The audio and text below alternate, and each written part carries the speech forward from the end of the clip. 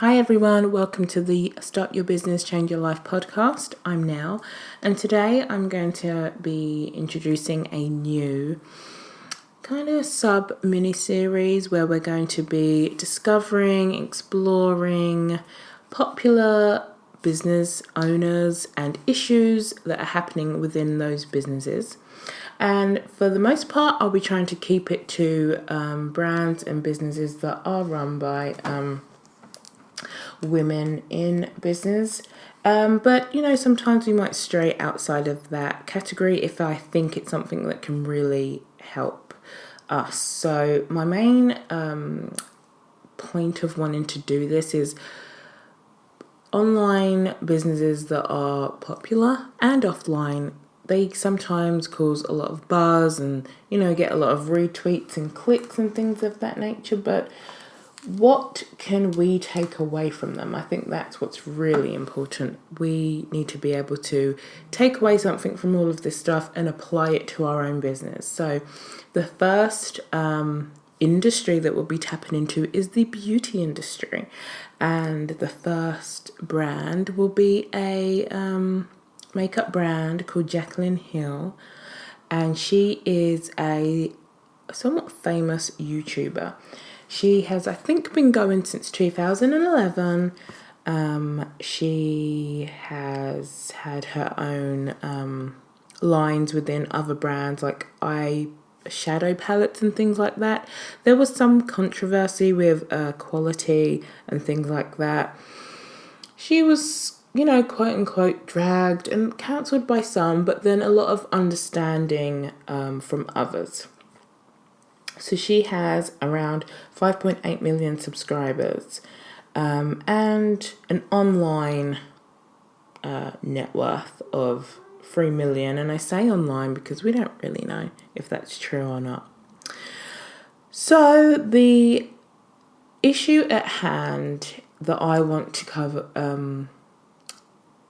to go into is when are online influencers, quote unquote, treated like real businesses and held to the same standards as a real business? And why are they not? Why do some online consumers just give people so much more credit than they need to be given and not treat them as a real operating business? I kind of know the answer, but I just want to discuss it here with you guys. So she recently released a line of, I think, 20 to 25, or maybe it's 18, something around there, lipsticks. You could buy them individually for $18, I think, or buy the whole collection for $300 or something. Yeah, people do that. But what recently came about was that people, and I mean lots and lots of people, were finding bubbles and mold spores and hair and rubbery bits and all sorts of things inside the lipsticks. Now, to me, that sets off alarm bells. If I went to the mall and I bought a lipstick and that happened, be going right back. And I might, depending on how I felt and depending on how the company dealt with it, would contact. We have in the UK something called trading standards, and I think the US has something. I'm sure pretty much most places have some kind of trade organization within their government that's meant to kind of manage the quality of products and kind of help consumers in that area, because it just doesn't seem like it's very safe to be applying onto your skin. And so there's health and safety concerns there. Now, what surprised me being an online business is that an online personality is that I think she addressed it on Twitter. But there is no kind of like official press release, official statement on the company's social media accounts or anything. No recalls, no nothing. And it's so worrying. I feel like online personalities feel like, not all of them, we won't, tarnish everybody with the same brush, but I think there's a feeling like people can put things out and once it's sold, and we're online, so, there can be all this mystery and we can just pretend like nothing's ever happened because, everybody's individually complaining, but, there is no collectiveness when it's totally wrong.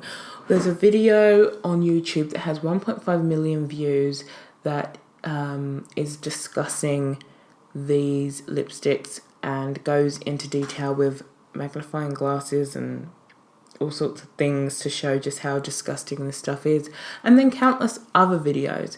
Influencers have reviewed it. Another thing that's really shady is that one certain batch was given out to influencers, and a lot of people saying that's different to the batch that was given out for sale. We don't know what's going on here. Some people speculate it's like they're either old or, bad manufacturing quality control process. It really doesn't matter what happened, and as a consumer, it's not our business what happened. As a business owner, it's their business to figure out what happened, but it's their business to make sure that the products that are going out are of sound quality and, safe and healthy for people to put on their bodies. But the interesting question is, when will consumers as a whole hold people accountable? If this happened in another store, you would go to the store and expect a refund. Whereas some people online, because you're fans of a person, they are just giving them the benefit of the doubt. But that's wrong, because how is that business owner ever going to take accountability for what they're doing? They're going to carry on until somebody possibly gets hurt. It's all good and well. They can say, okay, yeah, this batch is gone. It's sold out. It's been restocked in, a few days. But what's really going on? This is bad business ethics and practices. So what can we take away from this? What I think we as everyday business owners can take away from this is to, even if you are just an online business, don't get tempted and feeling like, well, I'm not face-to-face, I'm not storefront, so I don't have to take my quality control as important as what I would do if I was just a storefront. Your reputation is everything. Some people think like shock marketing is like so cool because it increases word of mouth, even though it's bad. The old saying, I forgot the old saying, but I think it's like along the lines of no news is bad news, or you know what I mean. Like, basically, if people are talking about you, it's a good thing, whether it's good or bad. But I don't think that to be true. It may be good for you in the short term as it relates to the amount of, clicks you get or video views or purchases you get. But what about the long term? Your brand is tarnished. For if they are old and she made the decision between, getting rid of potentially like hundreds of thousands worth of stock